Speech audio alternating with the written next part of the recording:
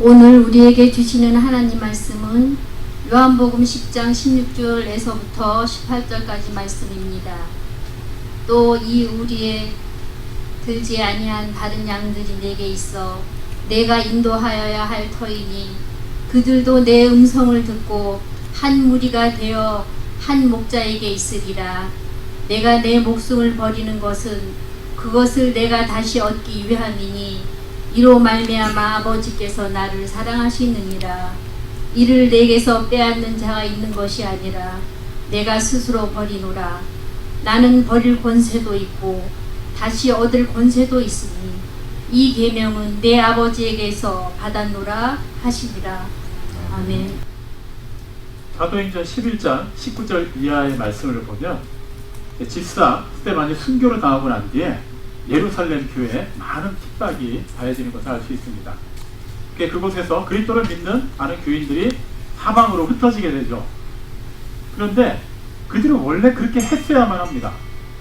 표면적으로 보면은 그들에게 굉장히 슬픈 현실이고 굉장히 가슴 아픈 일임에도 불구하고 그들이 이미 그렇게 해야 되는 것을 명령을 받았기 때문입니다.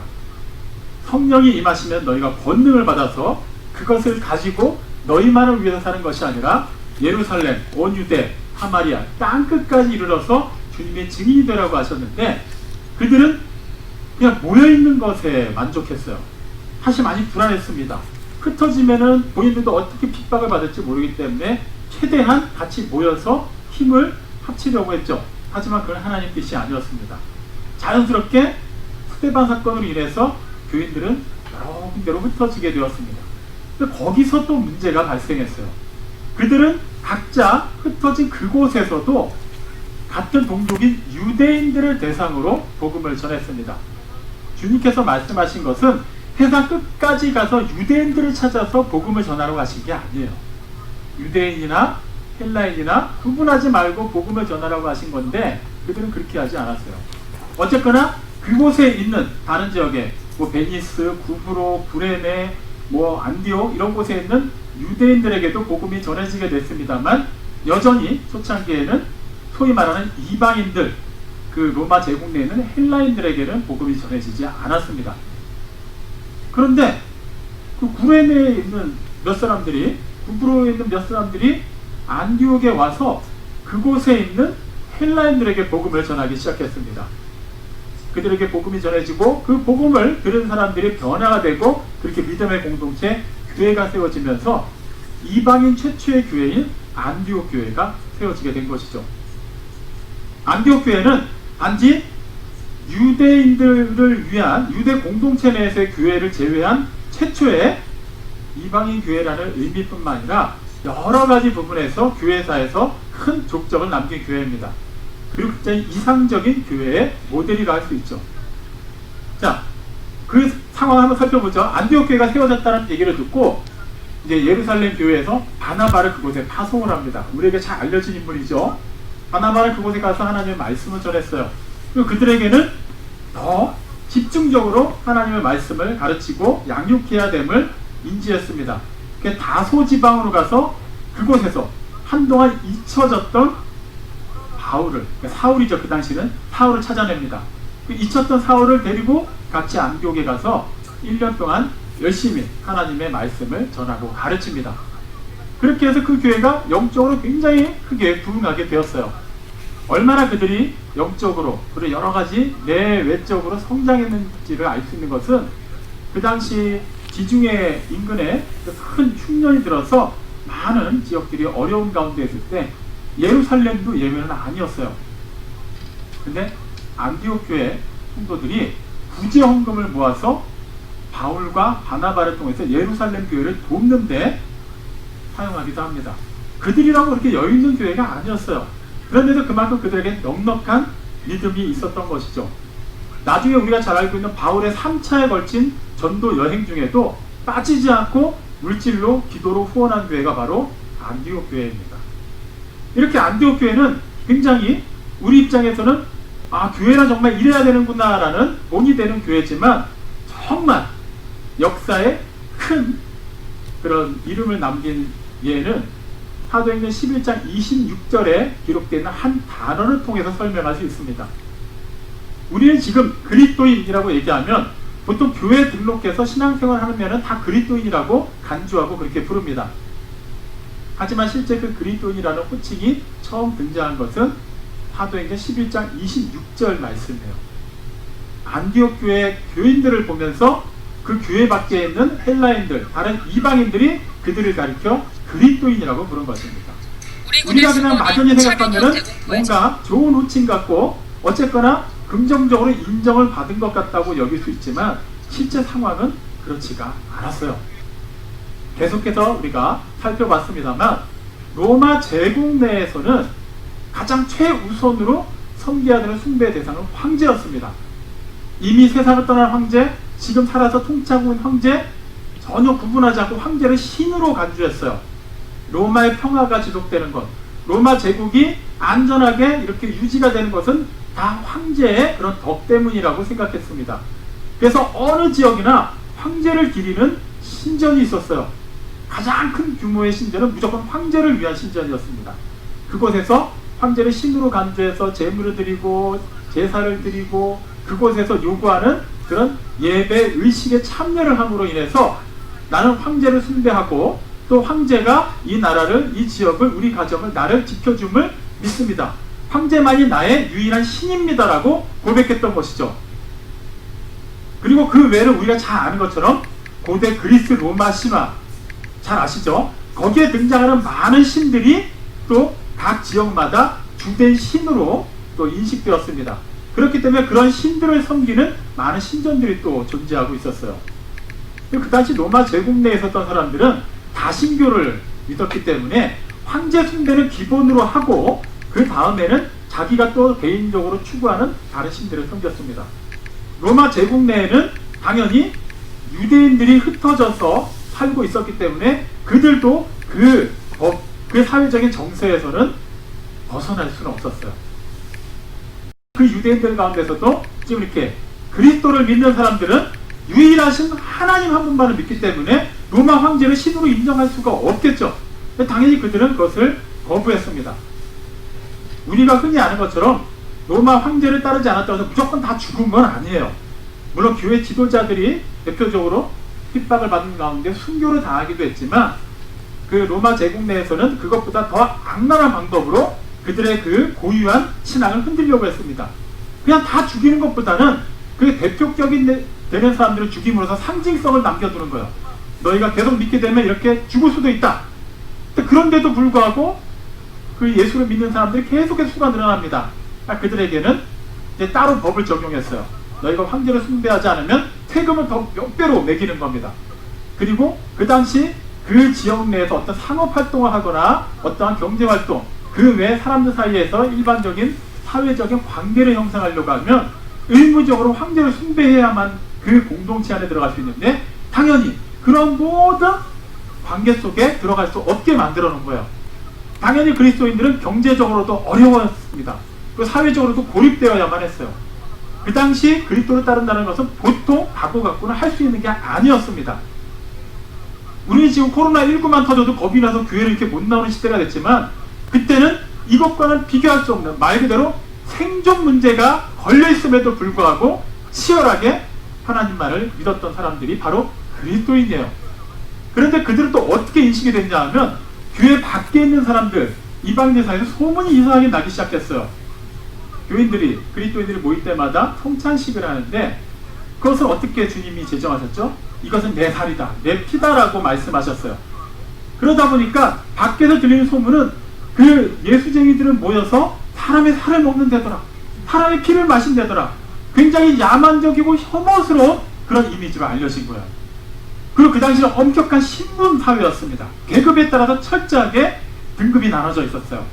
남녀가 구분이 되어 있었고 당연히 나이에 따라서, 빈부에 따라서, 그리고 사회적인 여러 가지 명성에 따라서 철저하게 계급이 나눠져 있었습니다. 그런데 그 교회 안에서는 남녀노소, 빈부 귀천을 가리지 않고 다 한 형제요, 한 자매라고 하는 거예요. 사회 정서로 보면 도저히 용납이 안 되는 거예요. 그러니까 그 예수쟁이들, 교회에 가서 그리스도를 믿는다고 하는 사람들은 굉장히 좀 비상식적이고 야만적이고 뭔가 불쾌함을 주는 사람들로 인식되었던 거예요. 근데 그 와중에 원래 정통 유대인들, 그러니까 아직 그리스도를 인정하지 않는 유대인들이 더 큰 수를 이루고 있었는데 그들 입장에서는 그게 또 불쾌한 거예요. 헬라인들이 그 그리스도인들이나 자신들이나 똑같은 유대인으로 보기 때문에 오히려 유대인들은 더 그 그리스도인들을 핍박을 했습니다. 그리고 계속 손을 내는 거예요. 저 사람들은 우리랑 다르다. 우리는 그래도 이렇게 저렇게 황제 숭배도 하면서 하나님을 섬기지만 그 당시 로마 제국에서는 황제 숭배만 제대로 하면 그 외 다른 신을 섬기는 것은 제약이 없었기 때문에 많은 수의 유대인들은 그것을 기꺼이 따라갔습니다. 하지만 그리스도인들은 따라가지 않았어요. 그래서 유대인들 입장에서도 헬라인들 입장에서도 똑같은 유대인이 아니라 같은 유대교의 한 분파가 아니라 분명히 다른 사람들이라는 것을 구별할 필요가 있었기 때문에 그들을 가리켜서 그리스도인이라고 부른 거예요. 이 말들을 종합해 보면 어떤 정의가 나오나요? 그 당시 그리스도인은 상당히 안 좋은 이미지였어요. 실제 그들이 안 좋은 일을 해서 안 좋은 것이 아니라 그렇게 알려진 것 뿐이죠. 세상이 악한데 그들이 악하지 않으니까, 세상이 어두운데 그들이 빛이 나니까, 세상이 맛을 잊고 썩어가는데 그들이 소금의 역할로 그 속에 들어가서 변화를 일으키니까 세상은 그들을 계속 밀어낸 거예요. 그리스도인이라는 호칭은 아무에게나 주어지는 것이 아닙니다. 세상의 미움을 각오해야만 해요.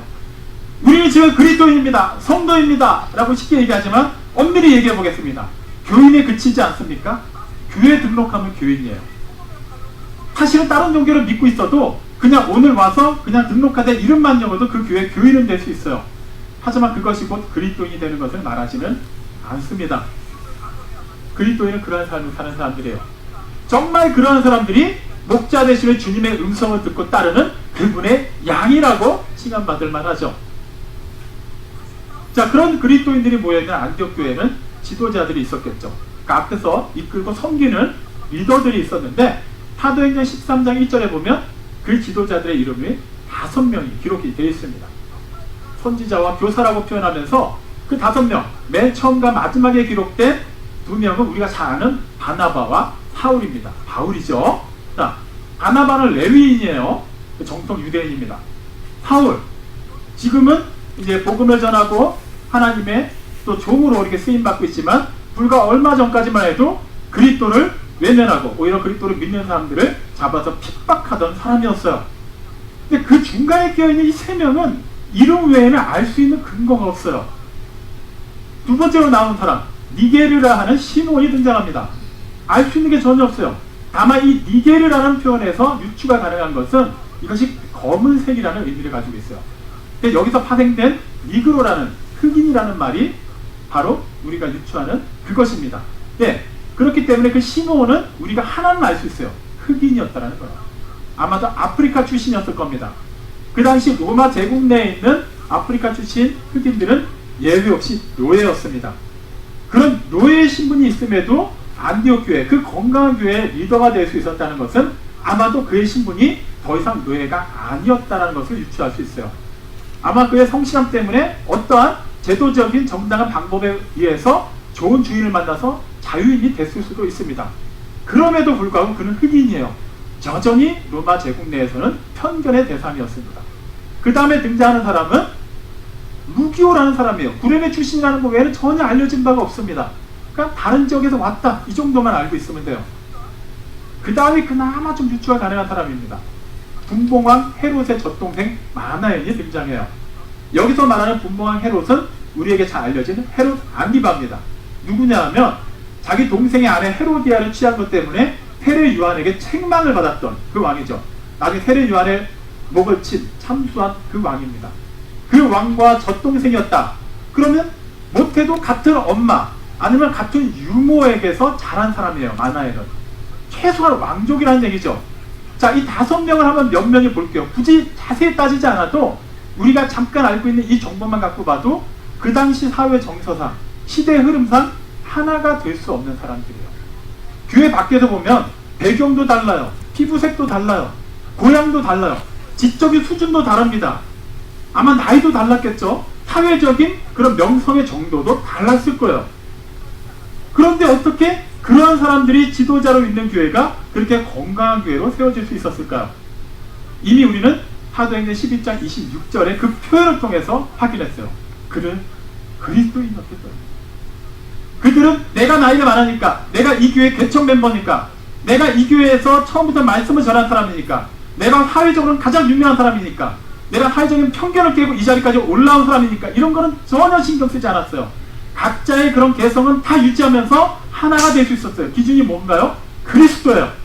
그들은 오직 그리스도만을 추구하고 그리스도만을 따랐습니다. 그렇기 때문에 그들을 보면서 교회 밖에 있는 사람들은 흑인이 있네? 어떻게 왕족 출신이 저런 천한 사람들하고 있지? 어떻게 얼마 전까지 예수 믿는 사람들을 잡아서 핍박하려던 사람이 거기서 오히려 복음을 전하고 있지? 이해가 안 되는 거예요. 하지만 그들은 이해가 되는 거예요. 왜죠? 한 목소리, 한 음성, 한 주님만을 따르기 때문입니다. 그것이 바로 교회의 모습이에요. 정말 우리가 하나님께서 세우신 교회가 맞다면 우리 안에는 다양한 사람이 있어야 되는 건 지극히 당연한 거예요. 같은 교회에 있다고 해서 우리가 피부색이 다 같아지나요? 나이가 같아지나요?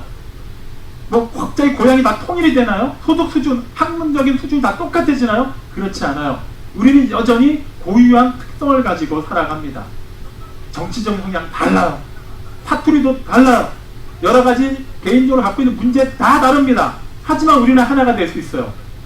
우리를 각자의 이름을 불러주시고 우리에게 당신의 그런 생명과 의미를 주시고 그렇게 당신 안에서 하나 되게 하신 주님이 우리의 전부의 소망이 되시기 때문입니다. 그렇기 때문에 그 그리스도만을 추구하며 따르는 그리스도인이 되었다면 우리는 통과하는 그 문이 아무리 좁을지라도 그 가야만 하는 길이 아무리 협착할지라도 우리는 그것을 마다하지 않고 갈 수 있어요. 눈을 돌려보면 세상의 문은 너무나도 넓고 세상의 길은 너무나도 화려해요. 교회 밖에 있는 사람들은 계속해서 수군댑니다. 여러 가지 말을 할 거예요. 미혹하려고 할 거예요. 하지만 그건 중요하지 않아요. 그곳에서는 우리의 목자의 음성이 들리지 않기 때문입니다. 우리는 유일하게 나 있는 이 생명의 길을 갈 수 있어요. 이 길을 따라서 그 앞에 가신 주님을 따라가기만 하면 됩니다. 그래서 주님은 자신의 양들을 먼저 불러주신 겁니다. 하나 되어야만 하기 때문이에요. 하나가 된 상태에서 주님이 하시고자 하는 일이 있는데 그러기 위해서 먼저 하나가 되어야만 해요. 지금 주님께서 우리가 지난주까지 살펴본 요한복음 1장 15절까지 살펴봤죠. 15절에서도 주님이 자신에 대해서 선언을 하시죠. 나는 선한 목자다. 이미 그 15장 안에만 주님에 관한 자기 선언이 두 가지가 나옵니다. 나는 양의 문이다. 나는 선한 목자다. 그러면서 핵심을 뭐라고 얘기하시나요? 나는 내 양을 위해 목숨을 버린다라고 얘기하세요. 그 얘기를 지금 어떤 상황에서 하고 계시죠? 정말 주님만을 선한 목자로 알고 따르고 주님의 말씀을 사모하는 사람들이 모여있는 곳에서 하셨나요? 그렇지 않아요. 선천적 시각장애, 전혀 소망이 없던 사람을 찾아주시고 그의 눈을 뜨게 하셨습니다. 그날이 안식일이었어요. 단지 그 이유 하나만으로 유대인들이 다시 한번 분기탱천한 거예요. 누가 이 일을 했지? 예수가 했습니다. 또 그 사람이구나. 또 그 인간이 안식일 규정을 어겨가면서까지 우리의 신기를 건드리는구나. 어떻게든 그를 죽여야만 하는데 보이지가 않는 거예요. 가장 만만한 눈뜬 사람을 잡아서 막 흔들기 시작합니다. 어떻게 너가 눈을 뜨게 되었느냐? 너는 너에게 이 일을 한 그 사람을 누구라고 생각하느냐? 그를 있는 그대로 얘기했어요. 그랬더니 그도 유대 공동체도 출교를 시켜버립니다. 완전히 그냥 생매장을 시켜버린 거예요. 완전히 고립된 사람, 외로운 사람, 눈을 뜨게 됐음에도 정작 같은 유대인들 사이에서 인정받을 수 없는 그 사람을 향해서 아무도 손을 내밀어 주지 않을 때 주님이 다시 오셨어요.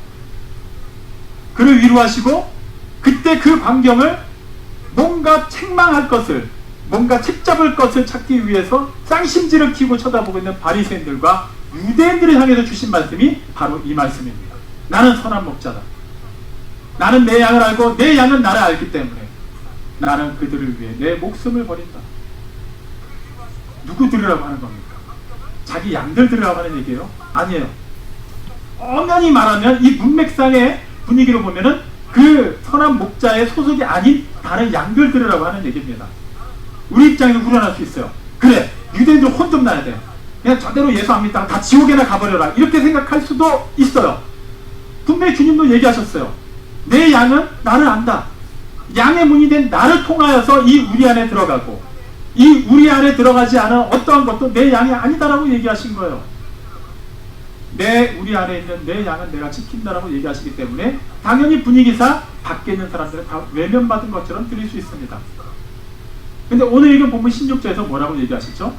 이 우리 안에 들지 않은 다른 양들도 내게 있으니 내가 그를 인도하여야 하리라.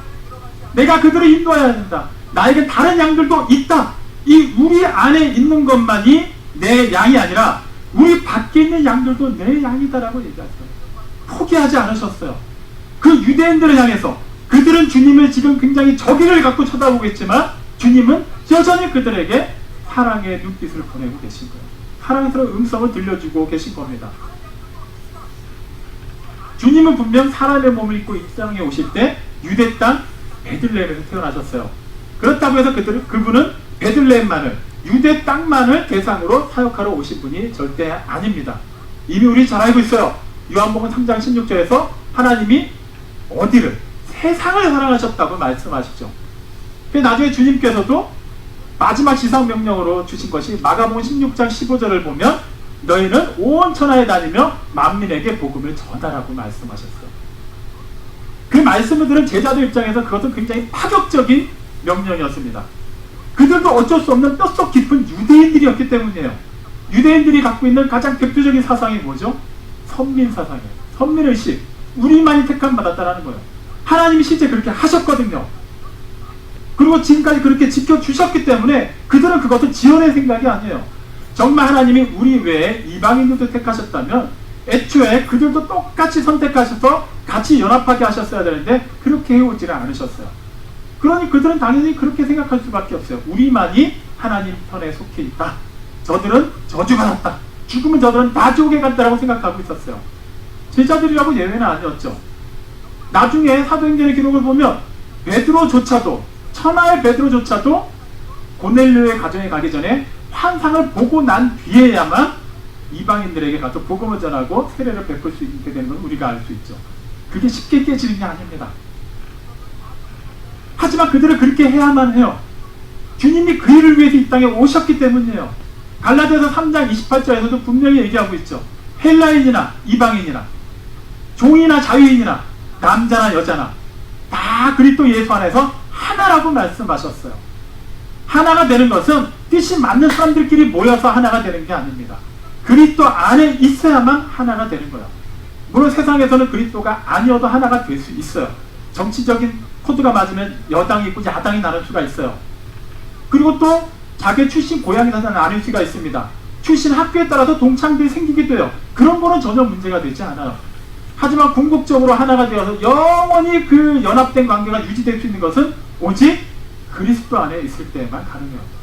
그 일은 우리가 그리스도 안에 있겠습니다라고 해서 되는 건가요? 절대 그렇지 않아요. 양이 스스로가 인지해서 내가 생각할 땐 저 사람이 선한 목자니까 저 사람을 찾아가야지, 저 사람을 따라가야지 한다고 해서 양이 선한 목자에게 소속되는 게 아닙니다. 목자가 먼저 다가와 줘야 돼요. 목자가 그 양을 알고 그 양의 모든 것에 대해서 관심을 기울이고 지켜주고 이름을 지어주고 이름을 불러주고 인도해 줘야만 가능한 거예요. 양이 갖고 있는 그 여러 가지 한계로는 절대 목자를 스스로 못 찾습니다. 목자가 다가와 주셔야만 해요. 주님이 그렇게 하나님의 아들이신데도 하늘 영광을 다 버리고 이 세상에 오신 이유가 목자 없이 유리방황하는 버림받고 잃어버림받은 된 양들, 나와 같은 우리와 같은 양들을 찾기 위해서 오신 것입니다. 그렇게 오셔서 불러주셨어요.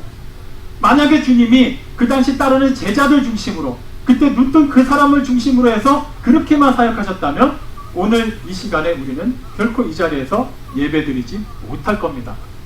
우리는 여전히 유대인 입장에서 이방인이라는 편견을 들여야만 했으며 우리는 여전히 소망 없이 살아야만 했을 거예요. 물론 그 소망이 있는지 없는지도 모르고 살고 있었겠죠. 죄가 뭔지도 몰라요. 우리의 자연의 상태가 어떠한지도 모르는 상태에서 그냥 한 번 죽으면 끝나는 거지.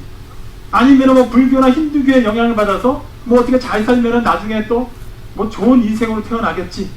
뭐 그렇게 막연하게 생각하며 살 수도 있었을 겁니다. 하지만 우리는 그렇게 살지 않게 되었어요. 주님이 오셔서 복음을 전하셨기 때문이에요. 안디옥 교회, 그렇게 다양한 사람들이 있음에도 불구하고 그들은 정말 교회의 본이 되는 교회로 세워질 수 있었습니다. 그 이유가 뭐라고요? 그리스도만을 추구했기 때문입니다. 그 일은 그들이 스스로 워낙에 안디옥 교회만 그런 착한 사람들이 모여서 그렇게 된 게 아니에요. 그들을 위해서 주님이 이미 하신 그 일이 있기 때문입니다. 요한복음 10장 16절에서 말씀하셨어요. 자, 우리 안에 들지 않은 다른 양들도 내가 인도할 터인데 그들도 내 음성을 듣고 한 무리가 되어 한 목자에게 있으리라. 이것은 가정법이 아닙니다. 주님의 의지예요. 그렇게 하시겠다라는 거예요. 된다라고 이미 못을 박으신 겁니다. 그렇기 때문에 우리도 분명히 확인해요. 그리고 확인해야만 합니다. 계속해서 확인하는 것을 주저하지 마십시오. 나는 과연 그리스도 안에 있는가? 과연 그리스도께 속한 그리스도인인가를 확인하시기 바랍니다. 이것은 믿음이 없어서 조바심 가운데 확인하는 게 아니에요. 계속 우리가 가고 있는 이 길이 정말 앞서가신 주님을 따라가고 있는지를 확인할 필요가 있다는 거예요. 계속해서 교회 밖에서 들리는 여러 가지 난리와 그 난리의 소문들, 우리는 얼마든지 그것이 우리의 귀에 들릴 수 있지만 전혀 개의치 않습니다. 우리가 하나 될 수 있는 것은 사람들 사이에서 여러 가지 이해관계 때문이 아니라 오직 생명의 말씀이기 때문이죠. 근데 우리는 이런 사람들 사이에서의 관계, 교회 안에서 하나됨, 그리고 예수 믿는 우리 가정이 화목하게 되는 것, 이것에 신경을 쓰는데 여기에서 멈추면 더 심각한 문제가 생깁니다. 그것은 꼭 그리스도를 따르지 않아도 누구나 추구하는 것이기 때문이에요. 가정이 화목하기를 원하는 것은 굳이 그리스도를 믿지 않아도 다 원하는 겁니다. 자기가 속한 공동체, 자기가 하는 사업자, 속해 있는 회사, 그 관계들이 잘 되기를 바라는 것은 누구나 예외가 없겠죠. 하지만 이것이 정말 영원할 수 있으려면 전제가 있어야만 합니다. 우리끼리만 하나 돼서는 안 돼요. 하나님과 우리가 하나가 되어야 하나요? 꼭 하나님과 우리가 하나가 돼야 되나요? 이 땅에 사는 동안에 보면은 교회 밖에 있는 사람들이 훨씬 많고 어떻게 보면 그들이 우리보다 더 재밌게, 더 즐겁게, 더 화목하게 지내는 것 같기도 한데 우리도 그냥 일단은 그냥 마음껏 살아도 되지 않을까요? 이 땅에 있는 동안에는 그렇게 해도 상관이 없습니다. 오해하지 말고 들으세요. 그렇게 하십시오라고 얘기하는 것이 아니라 그렇게 살아도 당장은 문제가 안 돼요. 하지만 올 때는 순서가 있어도 갈 때는 순서가 없어요. 그리고 그 갈 때는 분명하게 우리에게 다가옵니다. 히브리서 9장 27절에도 분명히 그거에 대해서 말씀하고 있죠. 그 뒤에는 반드시 심판이 있다고 말이죠. 그때는 만약에 이 땅에서 우리가 호흡을 하고 있는 동안에 하나님과 하나 되지 못하고 연합하지 못한 상태에 계속 있었다면 그때 그 심판대에서 내려지는 결정은 무조건 하나입니다. 영원한 하나님과의 분리예요. 그냥 하나님과 분리된 상태로만 있는 거면 해볼만 하지 않을까요? 영원하게 꺼지지 않는 그 불, 죽지 않는 구데기가 있는 곳, 그곳에서 그 고통 가운데 죽지도 못하고 영원히 있어야만 해요. 이것을 그냥 관념적으로 추상적으로 생각하면 안 됩니다. 갈수록 이것을 자꾸 희석시키고 있어요. 그냥 뭐 의미가 없는 곳입니다. 희망이 없는 곳입니다. 막 이렇게 얘기해버리니까 뭐 뭔지 몰라도 뭐 아주 괴롭진 않겠네. 이렇게 쉽게도 생각하는데 결코 그런 것이 아니에요. 우리가 라면 하나 끓일 때 그 물 끓일 때 그 라면 하나 집어할 때 물 한 방울 맞춰도 깜짝 놀라는데 그런 것과는 비교도 할 수 없는 곳에서 영원히 있어야 된다는 거예요. 그 다음 100년 살다가 나올 수 있다? 없습니다. 기회가 없어요. 이 땅에 있을 때. 근데 우리는 그 기회를 스스로 만들어낼 수가 없어요. 이미 죄로 인해서 하나님과 우리는 완전히 단절이 되었는데 우리 스스로는 찾을 수도 없고 길을 만들 수도 없습니다. 유일한 길이 하나가 있어요. 우리 주 예수 그리스도. 아무 죄 없으신 하나님의 어린 양이 우리의 모든 허물과 죄를 대속하시고 하나님께로 나아가서 생명의 길을 만들어 주셨어요. 오늘 주님이 또 그 말씀하신 거예요. 요한복음 10장 18절에 보면 내 목숨은 사람들이 아무도 뺏을 수 없다라고 얘기합니다. 내가 취한다. 내가 버린다. 나에게는 그것을 버릴 권세도 있고 다시 얻을 권세도 있다. 이 계명은 내 아버지께서 주셨기 때문이다. 이걸 계명이라고 얘기하세요. 하나님의 명령이라고 얘기하십니다. 그분은 스스로 그 모든 걸 포기하셨어요. 왜죠? 하나님의 명령을 그대로 이루기 위해서. 아마 그 당시 대제사장 가야바는 자신이 예수를 죽였다고 막 굉장히 어깨에 힘이 들어갔을 거예요. 그 눈에 가시 같은 예수를 드디어 죽였다. 총독 빌라도도 그렇게 생각했을 겁니다. 빌란이 일어날 뻔했는데 내가 그나마 예수를 죽게 했기 때문에 그나마 내 명성도 유지하고 그 다음에 이렇게 좀 평안을 얻게 되었다라고 생각했을지 몰라요. 예수님은 십자가에 못 박고 예수님은 조롱했던 로마 병정들도 본인들이 유대인들 사이에서 그 유명했던 사람을 죽였다라고 굉장히 어깨에 힘이 들어갔을 겁니다. 하지만 주님은 그렇게 허무하게 그들에게 죽임을 당하신 분이 아니에요. 그분 스스로가 자신의 모든 것을 기꺼이 내어주셨어요. 우리는 사랑하는 사람과의 지난 추억을 생각할 때 그 시간 낭비였다, 시간을 뺏겼다라고 표현하나요? 그러지 않아요. 오히려 그 사람에게 내 시간을 바쳤다라고 표현합니다. 행복한 시간을 누렸다라고 표현해요. 마찬가지입니다. 우리 주님께서는 아무 죄가 없으시고 전혀 그러실 이유가 없는데도 우리의 죄를 위해서 십자가에 달려 죽으셨어요. 하나님의 뜻을 이루기 위해서 하나님께 자기의 생명을 바치신 거예요. 우리를 살리기 위해서, 우리를 사랑하기 때문에 우리에게 자신의 생명을 주신 겁니다. 그렇게 하나님께로 나아갈 수 있게 하셨고 하나님께로 나아갈 수 있는 그 생명의 길 위로 우리를 초청하신 거예요. 그렇게 초청받은 우리가 그 길을 가면서 궁극적으로 그 안에서 하나가 될 때, 이 귀한 가치를 알고 이 생명과 소중함을 알 때만 우리는 그리스도인으로서 이것을 모르는 사람들에게 전할 수 있는 거예요. 우리 밖에 있는 양들에게 무조건 너희는 각자 가서 복음을 전하라고 얘기하신 게 아니야. 그렇게 각자 제 갈 길 가게 하는 것은 그릇 행하는 것이고 죄 가운데 사는 것 외에는 어떠한 것도 하나님께 인정받을 만한 것이 없습니다. 먼저 주님 안에서 하나가 되어야만 해요. 주님의 말씀을 들어야만 해요. 그 말씀으로 세워져야만 하고 그 말씀으로 세워진 믿음의 공동체가 궁극적으로 하나 될 때 그 사람들이 다시 나간 그곳에서 하나님의 영광을 위해 쓰임받을 수 있게 되는 겁니다. 우리는 하나님과 수직적인 관계에 있다는 건 절대 잊지 마세요. 하지만 하나님과의 그 관계 속에서는 수평적으로 가족과 이웃과 사랑하는 사람들과 관계를 맺고 있습니다. 하나 되는 거, 연합되는 거 좋아요. 서로 50대 50을 나누든지 한 사람이 일방적으로 희생을 하든지 하나 되는 건 좋습니다.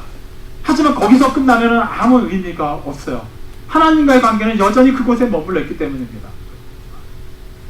하나님께서 원하시는 하나됨, 교회됨은 그리스도만을 추구하는 거예요. 우리가 각자 수평적인 관계에서 우리끼리 연합하려고 애쓰는 것이 아니라 우리가 그리스도를 향해서 삼위일체 하나님을 향해서 함께 할 때 궁극적 그 안에서 우리는 진실로 하나 될 수 있게 되는 것이죠. 그것이 정말 주님이 원하시는 교회입니다. 그것이 바로 주님의 몸된 교회예요. 우리는 이것을 잡고 어느 공간 안에서 이루려고 합니다. 교회라는 건물, 그럼 그 공동체, 그리고 주일로 칭하는 이 일요일에 해당하는 이 시간에, 그리고 특별히 예배드리고 성경 공부하고 기도하는 그 모임에만 국한을 시키려고 해요. 그것은 종교에 불과합니다. 결코 개신교 신앙이 아니에요. 왜 그렇습니까? 그 공간에 가야만 하나님을 만날 수 있다면, 그 시간에만 하나님이 역사하신다면, 그런 반쪽분이 하나님, 일주일 가운데 7분의 1밖에 영향을 못 미치는 하나님을 우리가 믿을 이유가 없어요. 그런 하나님이 우리의 영혼을 어떻게 구원하실 수 있습니까? 어떻게 우리를 영원한 생명으로 이끄실 수 있나요?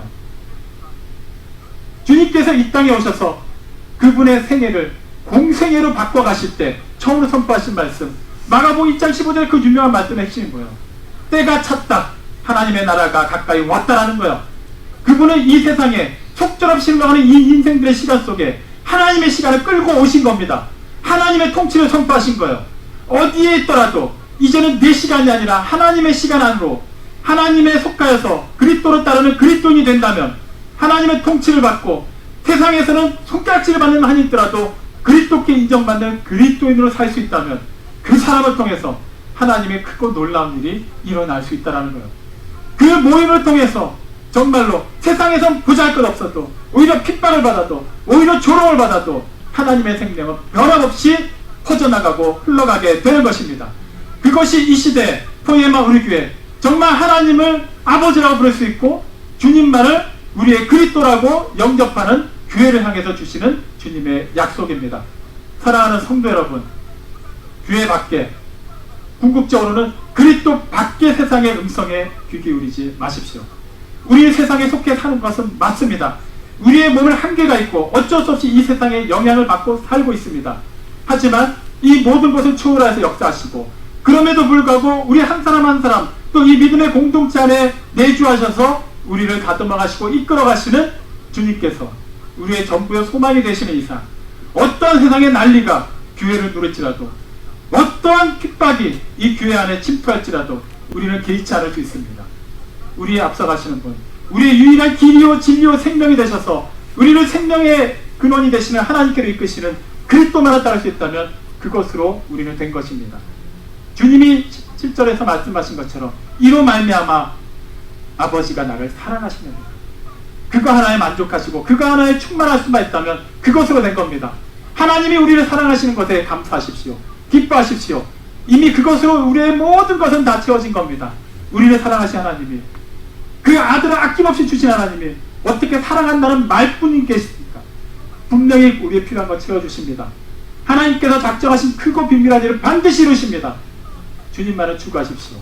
그리고 주님으로 말미암는 그 복을 향유하십시오. 그렇게 주님의 선한 목자 되심을 믿고 의지하고 그 음성을 듣고 따르며 하나님의 시간에 속해 살아갈 때 우리가, 우리 가정이, 이 믿음의 공동체가 우리를 통해서 하나님을 보는 많은 세상이 함께 주님의 이름을 찬양하게 될 것입니다.